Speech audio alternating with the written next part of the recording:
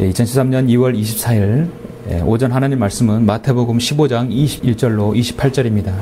마태복음 15장 21절부터 28절까지 말씀입니다. 그때 예수께서 거기를 떠나 투로와 시돈 지방으로 가시니라. 그런데 보라, 한 가나안 여인이 그 지경에서 나오며 주께 소리질러 말하기를, 오 다윗의 아들이신 주여, 나에게 자비를 베푸소서. 내 딸이 마귀에게 심히 고통받나이다 라고 하더라.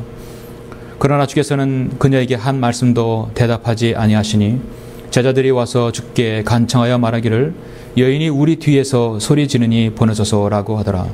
주께서 대답하여 말씀하시기를, 나는 이스라엘 집에 잃어버린 양 외에는 보냄을 받지 아니하노라고 하시니 그 여인이 와서 주께 경배하며 말씀드리기를, 주여 나를 도와 주옵소서라고 하더라.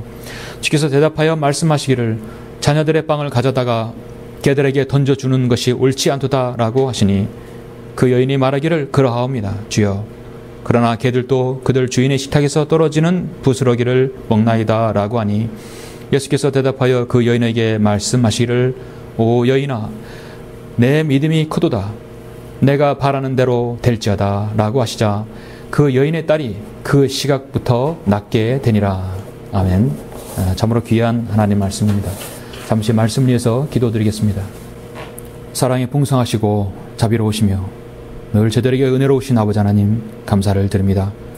예수 그리스도의 보혈로 구원받은 아름다운 성도들, 오늘 이 아침 불러주셔서 영과 진리로 경배드릴 수 있도록 인도하여 주심을 감사합니다.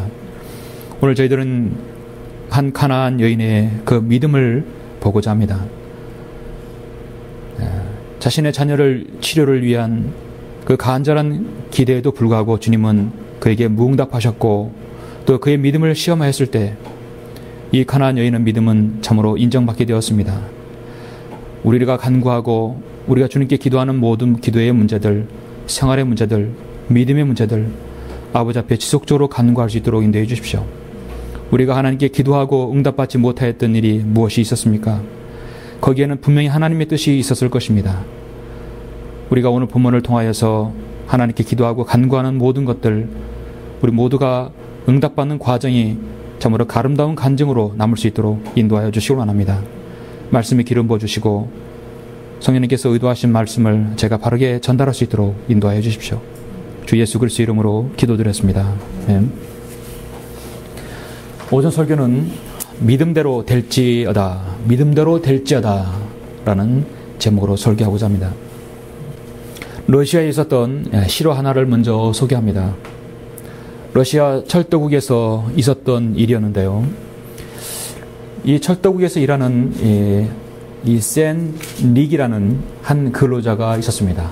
센 닉이라는 근로자는 몸집이 크고 힘이 세어서 조차장에서 오랫동안 일한 사람이었습니다.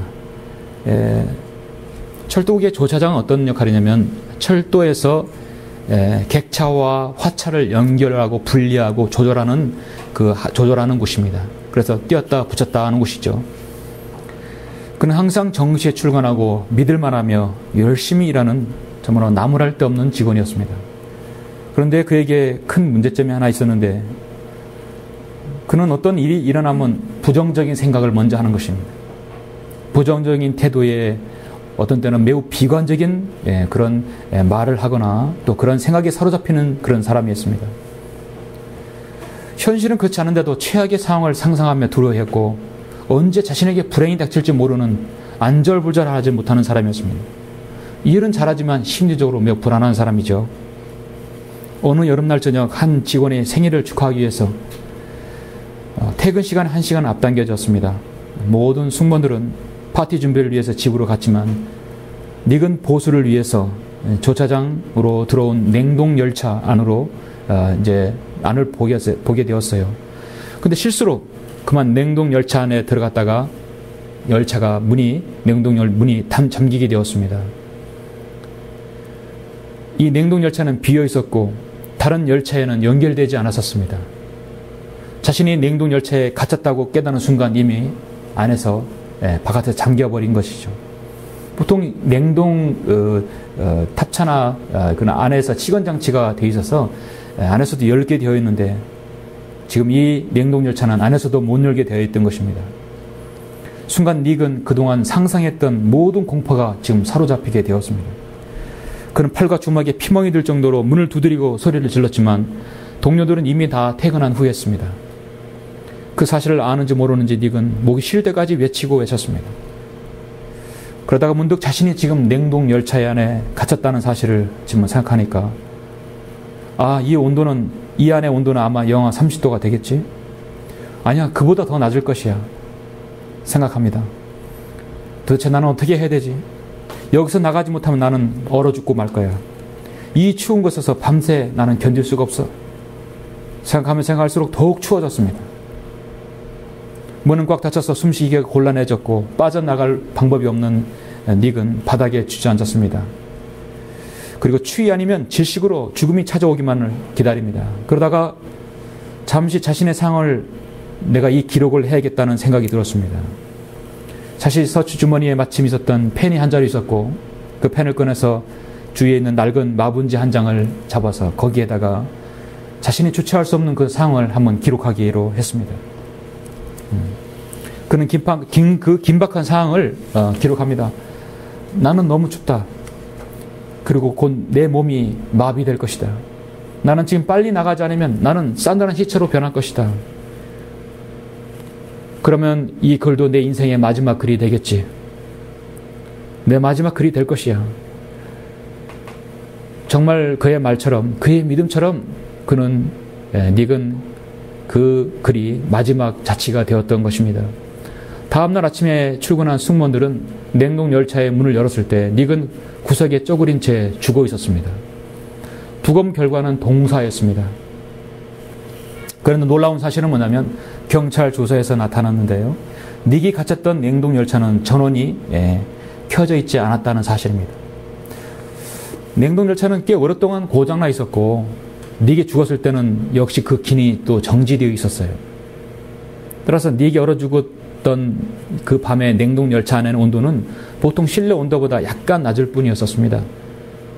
닉은 냉동열차에서 갇혀서 그것이 가동되고 있다고 생각하고 나머지 그 추위를 느꼈다고 생각하면서 스스로 몸이 얼어붙었던 것입니다. 자신은 스스로 자신의 몸을 죽음에 기대는 것이죠.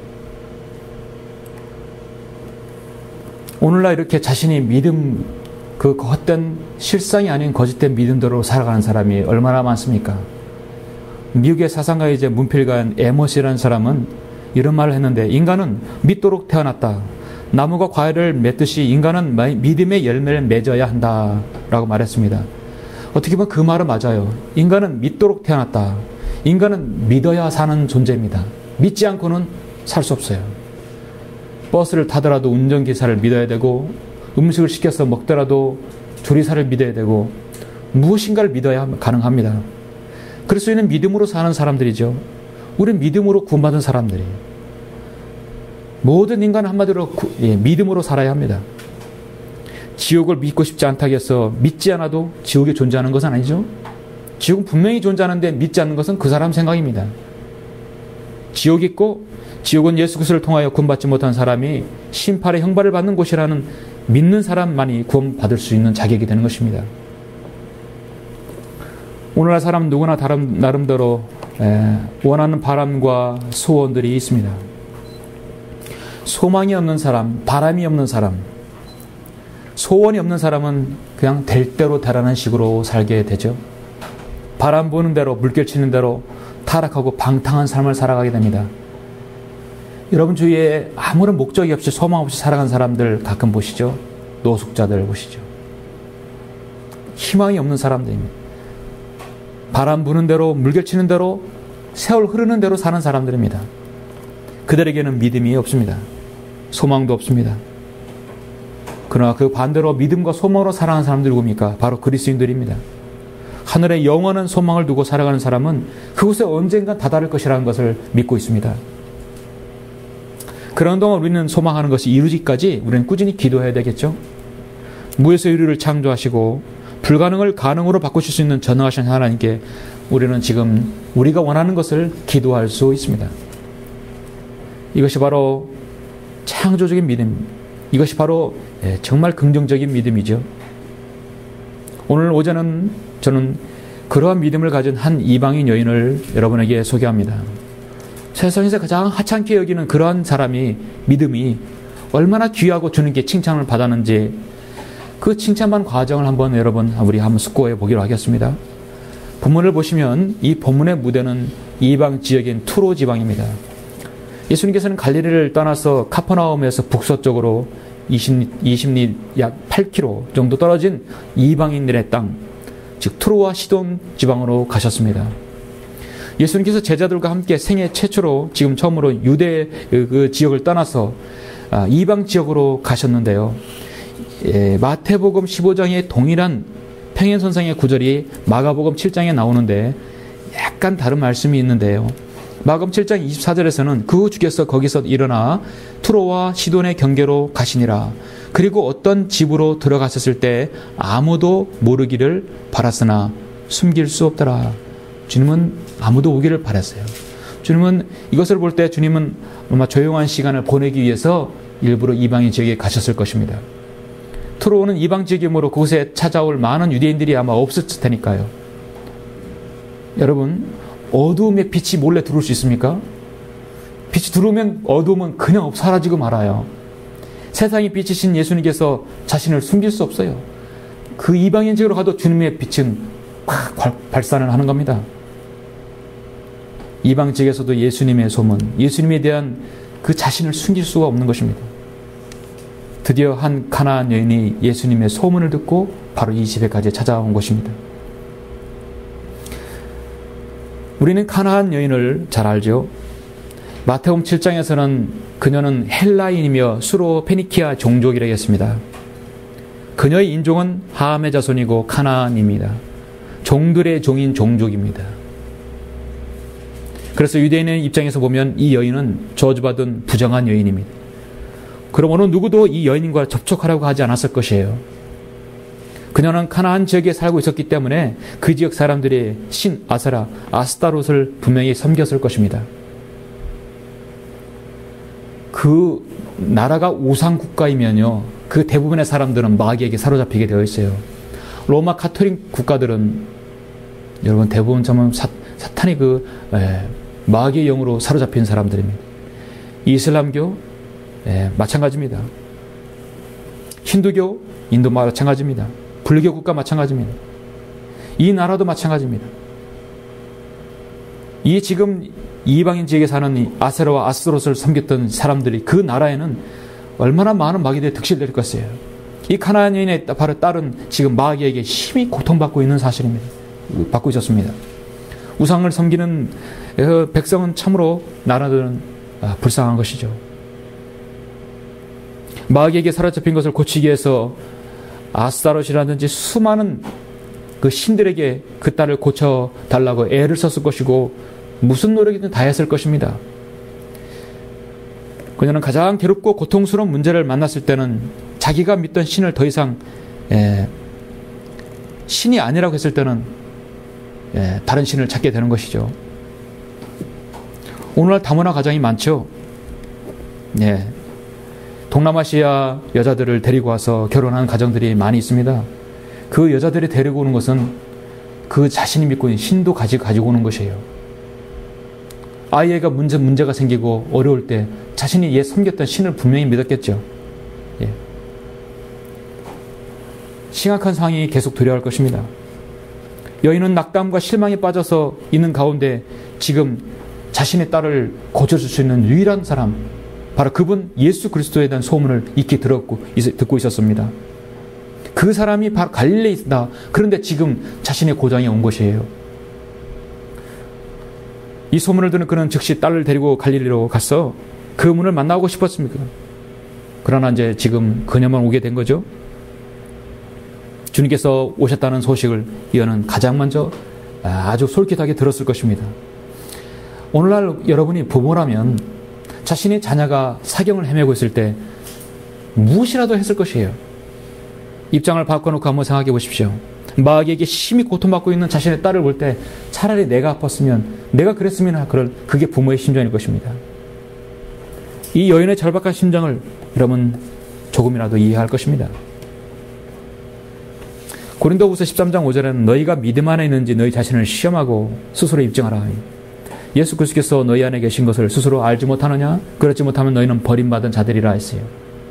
이제 믿음은 바라는 것들에 대한 실상이요 보이지 않는 것들에 대한 증거를 하겠습니다. 누구든지 자신이 믿고 있는 것은 언젠가 반드시 증명을 해야 할 때가 오게 됩니다. 여러분이 기도할 때라든지 여러분 주님을 섬길 때 여러분이 믿고 있는 것에 대해서 어떤 환경을 통해서 어떤 경로를 통해서 분명히 그 믿음의 시험이 올 때가 있습니다. 그걸 통과해야 할 것입니다. 여러분의 기도, 여러분의 믿음은 검증받아야 합니다. 그것은 곧 과정이 있다는 사실입니다. 오늘 그런 과정을 본문을 통해서 우리가 한번 아시고 그것은 우리에게 실제적으로 다가온다는 사실입니다. 저는 가나안 여인의 한 믿음을 살펴봄으로써 우리의 믿음의 기도, 여러분의 그 기도 정말 주님 은혜 가운데서 잘 검증받고 인정받고 있는 것인가 한번 생각해 보아야 되겠죠? 우리는 믿음으로 사는 사람들이기 때문입니다. 오늘 말씀 제목은 저는 믿음대로 될 자다. 믿음대로 됩니다. 이 말은 오늘날 은사주의, 순복음 은사주의자들이 가장 잘 쓰는다는 믿는 대로 될 자다 가장 잘 쓰는 말이기도 하지만 정말 성경적인 믿음이면 그 믿음대로 되는 것입니다. 믿음대로 될 자다를 은사주의자들은 그대로 되게 되면 자신이 영광은 자신이 가져가고 모든 부귀는 자신이 취하게 되죠. 그러나 믿는 대로 될 자다 했을 때, 되게 됐을 때 그 영광은 하나님께서 취하셔야 하는 것입니다. 분별하는 좋은 기준이 됩니다. 믿음대로 될 자다라는 주님의 평가를 받기 위해서 믿음의 과정은 무엇입니까? 과정이 세 가지가 거치게 되는데요. 크게 세 가지를 거치게 되는데 첫 번째 과정은 하나님의 침묵에도 기다리는 믿음이 필요하다는 것입니다. 여러분이 기도하셨을 때 바로 응답이 없고 하나님의 침묵이 있을 때도 있다는 사실입니다. 하나님의 침묵에 기다리는 믿음이 필요하다.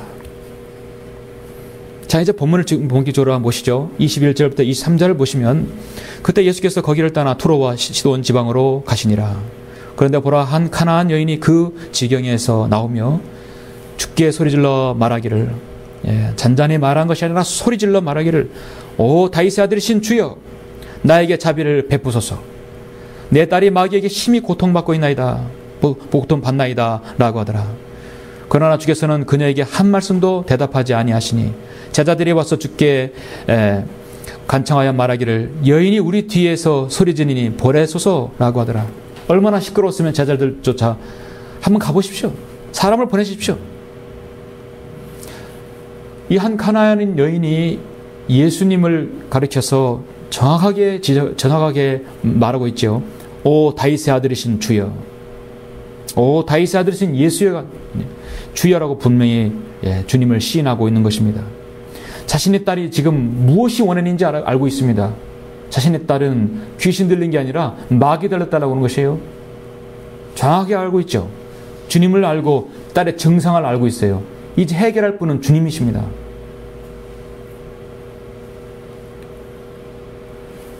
아마도 이 이방 여인, 가나안 여인은 누군가에게 다윗의 자손으로 다윗의 그 아들이신 예수님이 지금 자기 그 가나안 지역에 투로와 시돈 지방으로 오신다는 말을 듣고 분명히 한 걸음에 달려왔을 것이 분명합니다. 우리는 가끔 여러분이 기억하지 못하는 곳에서 여러분이 일일이 지금 기억을 되듬지 못하는 곳에서 복음을 전하고 전도지를 뿌리고 말씀을 전한 그곳에서 열매가 드러날 수 있습니다.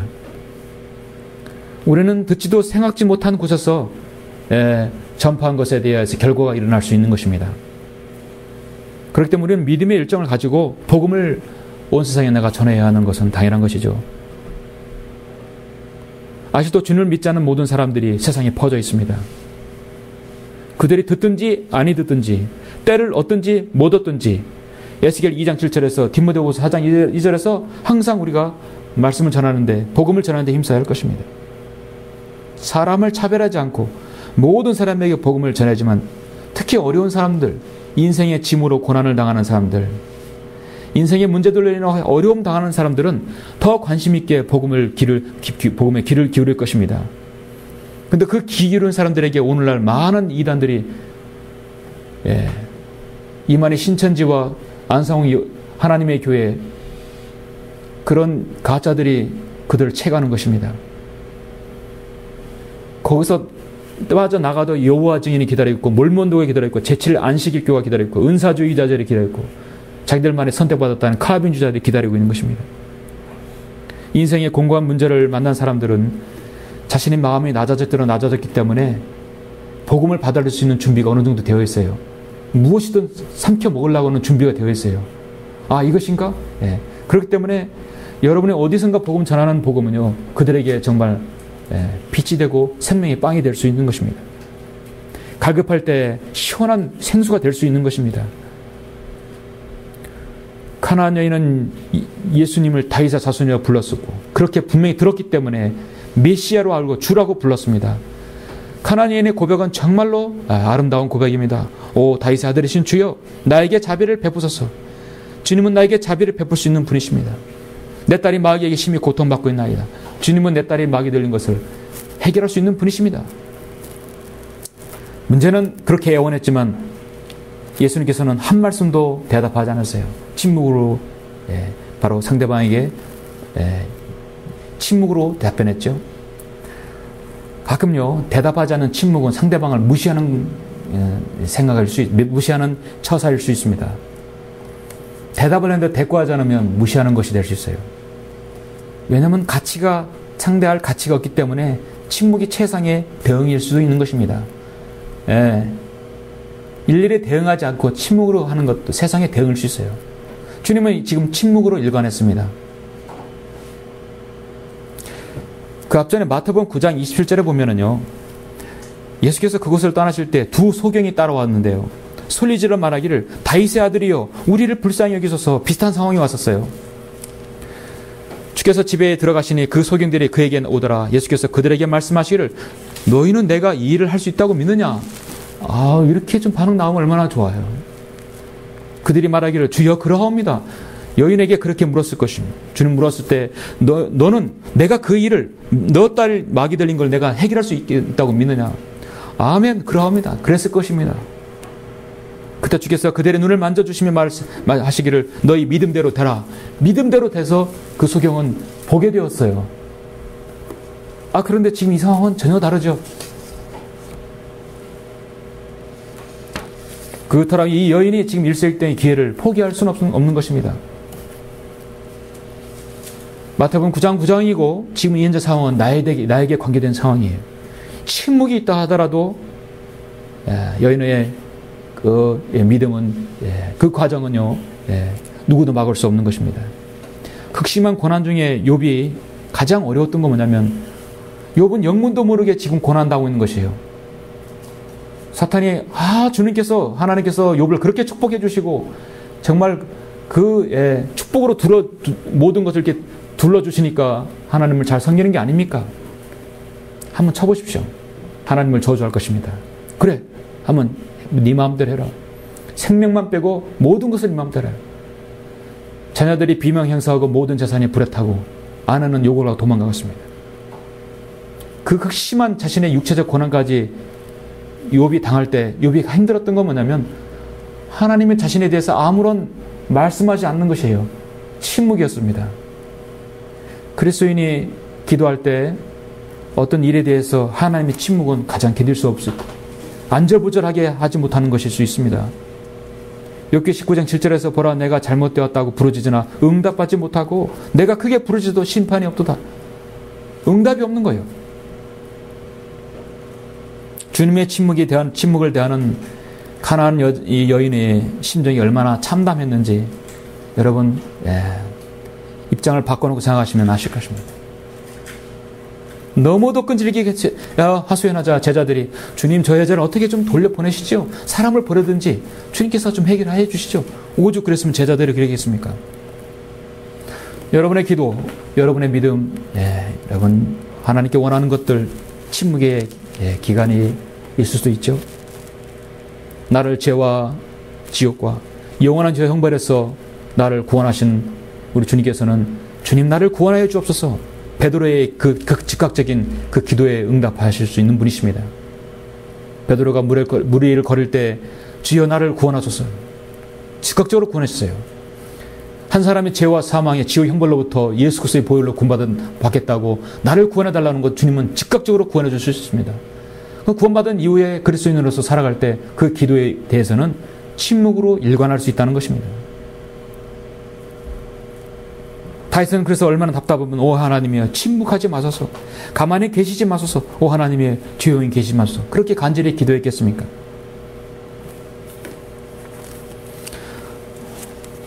그러나 다윗이 깨달은 것은 뭐냐면 주 안에서 쉬고 있냐며 그를 기다리라. 자기 길에서 번성하는 사람, 그 악한 계책을 성사시키는 사람을 인하여 초조해하지 말라. 우리는 기다릴 수 있는 자세가 필요할 것입니다. 하나님의 침묵에 대해서 기다릴 필요가 있습니다. 믿음대로 될 자다라는 주님의 평가를 받은 그 믿음의 과정이 두 번째는 무엇입니까? 자, 침묵하고 주님은 나를, 두 번째는 연단받는 믿음의 과정이 필요하다는 것입니다. 자, 믿음은요, 기도는 연단이 필요하다고 성경은 말씀합니다. 24절에서 26절 계속해서 한번 보시죠. 주께서 대답하여 말씀하시기를 지금 제자들이 와서 주께 간청하여 말하는데 여인이 우리 뒤에서 소리 지르니 보내소서. 그러는데 주님께서 대답했어요. 이제 입을 열었습니다. 나는 이스라엘의 집에 잃어버린 양 외에는 보냄을 받지 아니하노라. 또 냉철하게 거절하시죠. 그 여인이 와서 주께 경배하여 말씀드리를 주여 나를 도와주옵소서라고 하더라. 주께서 대답했습니다. 주께서 대답하여 말씀하시를 자녀들의 빵을 가져다가 개들에게 던져주는 것이 옳지 않도다. 갈수록 여인은 힘들어지죠. 지금 여인은 이스라엘의 왕께 경배를 했어요. 주여 나를 도와주옵소서. 주님께서는 나는 이스라엘 집에 잃어버린 양 외에는 번함을 받지 아니하노라. 나는 주님께서 이스라엘의 왕으로 유대인의 메시아로 오셨다. 난 너를 구원하기 위해서 이 땅에 오신 게 아니다. 그렇다도 여인은 매달렸습니다. 주여 나를 도와주소서. 그 전에 주께 경배했다는 것입니다. 얼마나 정확한 표현과 아름다운 모습입니까? 경배를 소홀히 하고 하나님께 기도하여 응답받겠다는 사람은 문제가 있습니다. 경배는 최상의 순종입니다. 피치 못할 사정을 불과 빼고는 여러분은 주님께 경배해야 할 것이 첫 번째인 것입니다. 주여 나를 도와주옵소서. 모든 그리스도인이 어려움에 처했을 때 여러분 기도하는 기도죠. 주여 나를 도와주옵소서. 정말 우리가 늘상 주님께 기도하는 이 기도 문구일 것입니다. 내가 주님께 기도하고 내가 최상의 영과 진리로 주님께 순종하고 경배를 드리고 주여 나를 도와주옵소서. 우리가 늘 하나님께 앞에 서면 바로 간구가 바로 그럴 것입니다. 주여 나를 도와주옵소서. 주여 나를 도와주옵소서. 베드로가 물에 빠졌을 때 즉각적으로 응답받았지만 이 여인은 지금 또 거절당한 것입니다. 거절이 아니라 이제 여인에게 비참하게 만드는 것입니다. 자녀들의 빵을 가져다가 개들에게 던져주는 것이 옳지 않다. 한마디로 너는 개와 같은 여인이야. 이 여인을 개에 비유한 것입니다. 개는 헬라어로 남성 명사죠. 구원받지 못한 여자는 돼지이고 구원받지 못한 남자는 개입니다. 어쨌든가 구원받지 못한 사람은 개로 표현합니다. 동양이나 서양이나 개는요 정말 심한 욕이죠. 서양에서 개는 즉 검둥이, 흑인을 말하는 욕입니다. 한없이 인자하시고 자비로우신 우리 주님은 이 지금 가나안 흑인 여인에게 인종차별적인 말씀을 하고 계세요. 오늘날 21세기 흑인 대통령이 나온 이 시대에 이런 말을 하게 되면 정말 해외 토픽감인 것입니다. 이런 말을 목사가 했다면 정말 큰일 나죠. 우리는 예수님의 이 언행에 대해서, 이 말씀에 대해서 과연 예수님의 진심이 어디 있는 것인가? 정말 예수님은 정말 그녀를 그렇게 개로 비유하고 그렇게 멸시하면서 말씀하시는 것인가?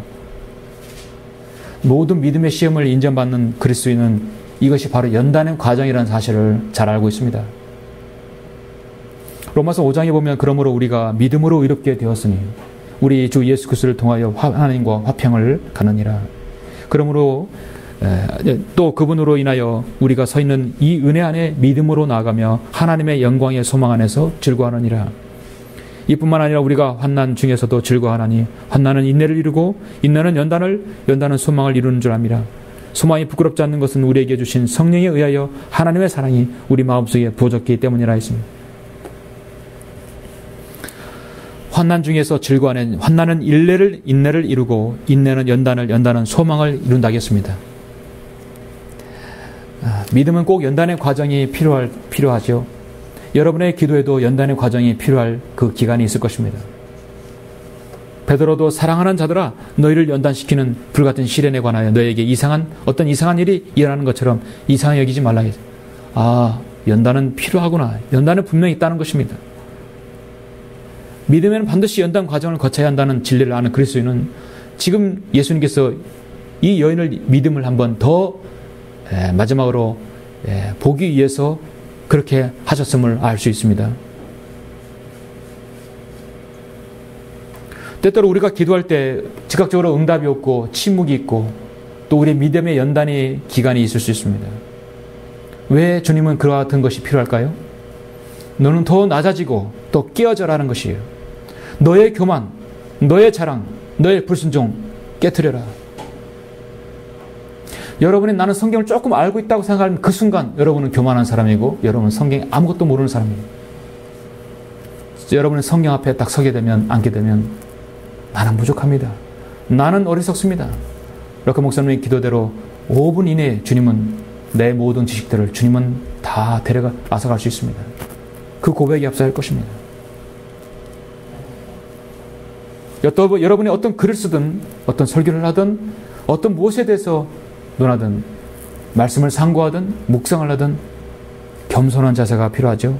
낮아지는 자세, 나 자신을 깨는 자세가 필요할 것입니다. 요셉은 형들에게 팔려서 죽기 직전에 이투로 넘어가서서 13년 동안 감옥에 있거나 또 노예로 팔려갔었습니다. 노예 생활을 했었습니다. 13년의 연단이 필요했던 것입니다. 그리고 이때 총리 30세가 되었죠. 30세 총리가 되었을 때 요셉은 모든 것을 경험한 사람이었습니다. 모세는 하나님께서 광야에 40년 동안 연단을 시켰죠. 얼마나 많은 사람들이 연단 속에서 그렇게 훌륭한 믿음으로 성장하고 있습니까?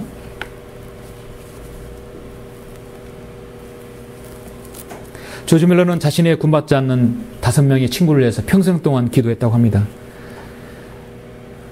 정말 전설 같은 이야기죠. 매일 그 친구를 위해서 평생 동안 기도했다는 5만 번 이상 기도 응답을 받았다고 하는 조지 밀러의 그 아름다운 간증입니다.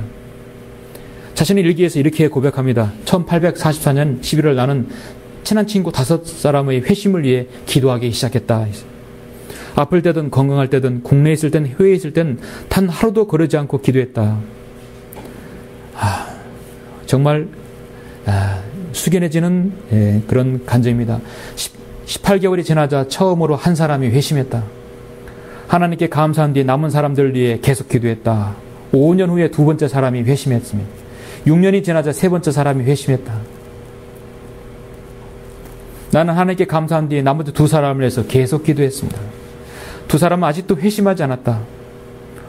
하나님은 기도 후에 1시간이나 당일 내로 수만 번이나 내 기도에 응답해 주셨지만 나머지 두 사람은 36년 가까이 기도했지만 여전히 그 둘은 회심하지 않았다. 나는 하나님을 바라고 계속 기도하면 여전히 응답을 기다린다. 이 마지막 두 친구는 결국 조지 밀러의 장례식에 와서 예수 그리스도를 믿고 구원받았습니다. 지금 조지 밀러는 그 친구를 하늘나라에서 다 보고 있겠죠? 야, 너 드디어 돌아왔구나. 얼마나 기뻐했겠습니까? 인디언들이 기우제를 지나면 꼭 비가 온다고 합니다. 왜 그런가 했더니 인디언들은 비가 올 때까지 기우제를 지나니까 가능한 것이죠. 의미 있는 유언입니다. 조지 밀러는요, 기도에 대한 정의에 대해서 기도란 응답 받을 때까지 기도하는 것이다. 응답 받을 때까지 기도하는 것이다. 그럼 100% 응답 받지요. 시간이 걸릴 수 있는 것이에요. 침묵이 있는 것입니다. 그 훌륭한 사역자인 조지 밀러는 무릎 꿇고 킹리의 성경을 100번이나 그렇게 통독한 조지 뮬러라 할지라도 36년간이나 침묵과 거절 속에서 농dob하지 않았다는 사실입니다. 이 가나안 여인은 지금 계속해서 거절당하시고 침묵을 일관하시고 그리고 거절하시고 그녀를 지금 개처럼 비유하고 시험하셨습니다. 믿음대로 될지어다라는 주님의 평가를 받기 위해서 믿음의 과정 마지막 세 번째는 무엇입니까? 인정받는 믿음의 과정이 필요합니다. 이제 마지막 27절 28절 보시면 그 여인이 말하기를 그러하옵니다. 자, 주님께서 물으셨죠? 말씀하셨어요. 자녀들의 빵을 가져다가 개들에게 던져주는 것이 옳지 않도다. 비참하게 했죠. 여인이 마지막 말로 주님께 지금 말하고 있습니다. 그러하옵니다. 주여. 그러나 개들도 그들 주인의 식탁에서 떨어지는 부스러기를 먹나이다. 여기서 우리 이 가나안 여인의 믿음을 보게 되죠. 세상에서 가장 하찮고 가장 멸시받는 여인이 그 지금 훌륭한 믿음을 지금 이렇게 보여주고 있습니다. 자기를 개라고 하신 예수님에 대해서 여인은 솔로몬의 지혜로 말하고 있는 것입니다. 잠언 12장 10절에 보면 의로운 사람은 자기 짐승의 생명을 돌보아 주나 악인의 온유한 자비들은 잔인하니라 했어요. 의로운 사람은 자신의 짐승의 생명도 돌봐준다는 것입니다. 그렇습니다. 주님, 저는 개입니다. 맞습니다. 저는 저주받았다면 이미 저주받은 그런 가치조차 없는 사람입니다. 그러나 주님, 당신이 나를 정말 개로 취급하신다면 의로운 사람은 자기 짐승을 생명을 돌보지 않습니까? 그렇듯이 그 부스러기라도 저에게 줄 수 있지 않습니까? 여인이 자신의 개라는 사실을 인정하고 이스라엘의 왕에게 지금 도움을 구하고 있는 것입니다. 그러합니다, 주여. 그러나 개들도 그들 주인의 식탁에서 떨어지는 부스러기를 먹지 않습니까? 그 믿음의 강구는 바로 그 시간에 따라서 마귀가 나가게 된 것입니다. 우리는 기도할 때 자신의 이치를 정확하게 인정해야 돼요. 여러분, 기도할 때 자신의 좌표를 먼저 봐야 돼요. 자신의 이치를 정확하게 인정해야 합니다. 우리는 기도에서 이기적인 요소를 버려야 합니다. 하나님께서 거절하시는 것에 대해서는 그 기도가 합당하다면 절대 그 거절은 영구적인 것이 아니라는 것입니다. 합당한 기도는 반드시 응답됩니다. 누가복음 16장에 보니까 부스러기를 먹는 또 한 사람이 나옵니다. 성경에서 부스러기 먹는 신약 성경에 두 사람이 나와요. 가나안 여인이 여기 지금 있고요. 바로 누가복음 16장에서 부자와 나사로도 부자 식탁에서 떨어지는 부스러기를 먹고 사는 사람이에요. 부자 식탁에서 떨어지는 부스러기로 배를 채우게, 심지어 개들이 와서 그의 헌들을 할달하겠습니다. 이건 비유가 아니고 지옥의 실체를 설명하기 위한 주님께서 이름을 거명하신 것입니다. 유대인은 누굽니까? 자신만이 선택받은 백성이라고 늘 목에 굳은 사람들입니다. 어떠한 이방 문화에도 받아들이기를 거부하고, 지금 유대인들은 그래요. 그들의 문화와 그들의 종교는 철저하게 이루신 하나님의 종교, 바로 유대교입니다. 구약 성경만 믿고 있는 반쪽 신앙이죠. 그 외의 모든 민족은 한마디로 개처럼 여기는 사람들이에요. 핍박하고 참된 그리스도인이 아주 어렵게 사는 곳이 실정은 이스라엘인 것입니다. 그런데 성경은 뭐라고 했냐면 유대인들은 정말 축복받은 백성이라고 성경은 말씀하고 있어요. 당대에는 유대인은 정말 선택된 민족이었죠. 로마서 3장 1절에 사도 바울도 그랬어요. 그렇다면 유대인이 나은 점이 무엇이며 할례의 유익이 무엇이냐. 모든 면에서 많으니 무엇보다도 그들에게 하나님의 말씀이 맡겨졌음이라 했고, 유대인에게서 인류의 구세주가 구원주가 오셨죠. 그렇기 때문에 그들에게는 하나님의 말씀 자신에게 맡겨졌음을 알기 때문에 그들은 목이 굳었고 그들에게는 자존심이 있는 사람들이었습니다. 그들이 인정하지 않은 예수 그리스도를 소개하고 알리게 되면 그들은 믿지 않는 것입니다. 그들에게는 성경이 손에 쥐어져 있었어요. 근데 그 성경이 아니라 예수 그리스도의 예언과 초림과 재림에 대해서 예언한 것을 그들은 모르고 있는 것입니다. 세상의 빛이시고 생명의 빵이신 주님을 그들은 거절해 버렸습니다. 요한복음 19장 15절에 보면 그들은 예수님을 처단하소서 그를 십자가에 못 박으라고 그들은 소리치렀습니다. 베드로가 그들에게 말하기를 너희의 왕을 내가 십자가에 못 박으랴. 근데 제사장이 카이사 외에는 우리에게 왕이 없나이다. 예수님을 완전히 거절해버렸죠. 어린 양 되신 예수님께서 유대인들 그들을 위해서 메시아로 오셨지만 주님은 거절당하시고 로마군에 의해서 십자가에 박혀 죽으셨습니다. 그리고 부활하시고 40일 후에 승천하셨어요. 승천하신 다음에 오순절 마가다락방에서 성령께서 감동하심으로써 은혜의 신약교회가 생겨나게 된 것입니다. 유대인의 복음의 거절, 유대인의 메시아를 거절함으로써 이방인이 그 생명의 빵이신 세상의 빛이신 주님을 받아들일 수 있었던 것입니다. 유대인의 거절로 인해서 그 빵의 거절로 인해서 그 빵은 부스러기로 우리 이방인들이 구원받게 된 것입니다. 주인의 식탁에서 떨어지는 아무리 맛있는 것이라도 주인이 안 먹으면 그 부스러기든 빵이든 간에 그것은 누구 차지입니까? 그 개들 차지예요. 누가복음 10장에서는 그 거지, 그 문전에 누워있는 거지 차지예요. 중요한 것은 부스러기를 먹든 안 먹는 것은 아무나 먹는 게 아니라는 것입니다. 배고픈 자만이 먹을 수 있는 것이죠. 아무리 부스러기라도요, 그것이 필요한 사람, 배고픈 사람에게는 아주 맛있는 생명의 정말 양식이 되는 것입니다. 예수 그리스도의 복음이 온 세상에 지금 계속 전해지고 있습니다. 말씀을 통해서, 인터넷을 통해서, 전도지를 통해서, 여러분이 거리소리를 통해서 전파되고 있지만 모든 이방인들이 다 영접하는 건 아니에요. 배고픈 사람은 꼭 그걸 부스러기를 먹게 되는 것입니다. 배고픈 사람은 그 영적 양식을, 생명의 말씀을 듣게 되는 것입니다. 지금 가나안 여인이 이 더러운 영이 들린 이 딸의 병을 고치고자 하는 그 열망 위에서 예수님만이 문제를 해결할 수 있다는 그걸 갈급함과 그 믿음이 있었기 때문에 그 부스러기라도 내가 먹겠다는 것입니다. 그러합니다 주여. 그러나 개들도 그들 주인의 식탁에서 떨어지는 부스러기를 먹나이다. 예수께서 대하여 그 여인에게 말씀하시기를 오 여인아 내 믿음이 크도다. 내가 바라는 대로 될지어다. 바로 되겠죠. 그 여인의 딸이 그 시각부터 낫게 되니라 했습니다. 같은 부분 마가복음 7장에서는 마지막으로 뭐라고 말씀하셨냐면 그러자 주께서 그녀에게 말씀하시를 내가 이 말을 하였으니 가라 마귀가 내 딸에게서 나갔느니라 하시니라. 그녀가 자기 집으로 가서 보니 마귀는 나갔고 그녀의 딸은 침상에 누워있더라. 정말 가보니까 마귀는 나갔고 그 시각이었다는 사실입니다. 참으로 너무나 아름다운 광경입니다. 히브리서 11장 6절에 여러분 잘 아시는 말씀이죠. 그러나 믿음이 없이는 하나님을 기쁘시게 할 수 없다고 말씀하셨습니다.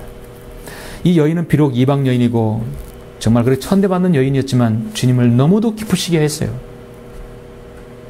우리는 성경에서 이방인으로 취급받는 사마리아인이라든지 백부장이라든지 이방인으로 취급받는 유대인으로부터 멸시받는 사람들이 많은 사람들이 간증 아름다운 그 믿음을 보여주고 있어요. 그 대표적인 것이 바로 오늘 본문 말씀입니다. 우리도 여전히 믿음으로 구원받는 사람들이죠. 믿음이 없이는 하나님을 기쁘시게 할 수 없습니다. 그 믿음에는 여러분 그 안에 침묵이 있을 수 있고 주님의 거절과 시험이 있을 수 있습니다. 연단의 과정이 있을 수 있습니다. 그걸 통과해야만이 하나님을 기쁘시게 할 수 있습니다. 하나님께 나아가는 자는 그분이 존재하시는 것과 그분이 자기를 열심히 찾는 자들에게 보상하는 분이심을 마땅히 믿어야 하느니라. 가나안 여인은 정말 열심히 찾았고 기다렸었습니다. 일생일대의 조로의 기회를 놓치지 않았습니다. 사랑하는 성도 여러분, 우리는 오늘 이 가나안 여인의 사건을 통해서 무엇을 깨달아야 합니까? 주님께 인정받는 믿음, 진정한 우리가 주님께 주신 그 복을 누리기 위해서는 치러야 할 대가가 있고 과정이 있다는 사실입니다. 하나님의 침묵에도 기다릴 수 있는 믿음이 필요합니다. 주님을 따르고 주님을 섬기면서 하나님의 침묵이 있을 수 있습니다. 기도에도 응답이 없다고 느껴질 때가 있습니다. 그것이 바로 내가 극복해야 할 과제이며 넘어야 할 산인 것입니다. 우리의 기도는 연단받는 믿음이 과정이 또 필요하고 그것을 과정에 연단받는 믿음이 과정이 필요한 다음에는 이런 믿음을 인정받게 되는 것이죠. 여러분은 기도하실 때 로마서 8장 30절에서 로마에서 말씀하셨듯이 그렇다면 이런 일에 대하여 우리가 무슨 말 하리요? 하나님께서 우리를 위하신다면 누가 우리를 대적하리요? 여러분 하나님 여러분을 위하시고 내 기도가 주님께 확실한 응답받아야 할 그런 기도라면 우리는 흔들리지 말아야 합니다. 자기 아들을 아끼지 아니하시고 우리 모든 사람을 위하여 내어주신 분이 어찌 그 아들과 함께 또한 모든 것을 우리에게 값없이 주시지 아니하시겠느냐 하세요. 결론적으로 우리는 오늘 가나안 여인의 믿음을 보면서 우리 자신의 믿음과 여러분의 주님께 기도하는 그 간구를 한번 되돌아보기를 원합니다. 구소원의 장시자 윌리엄 부소에게 누군가가 당신이 기도 응답받는 비결은 무엇입니까? 물었을 때 나는 기도할 때마다 나의 목숨을 걸고 기도합니다 라고 했어요. 간절히 부르짖고 기도하는 기도. 가나안에는 목숨을 걸고 기도했어요. 더 이상 창피할 것도 더 이상 잃을 것도 없어요. 우리들 일상을 살아가는 동안 이기 찾는 문제가 다가올 때 바로 이 가나안 여인의 그 자세가 나와야 되겠죠. 기도 때문에 치러야 할 불편을 생각하지 말라. 하나님은 당신을 기도하기 위해서 모든 것을 희생하셨다라고 오스왈드 챔버스 설교자는 말했습니다. 여러분은 오늘 가나안 여인의 이 믿음, 이 그 간구를 보시면서 여러분의 기도가 침묵이 있다 하더라도 연단이 있다 하더라도 여러분 주님께 인정받는 그 믿음으로 응답받으시길 간절히 바랍니다. 기도하시겠습니다.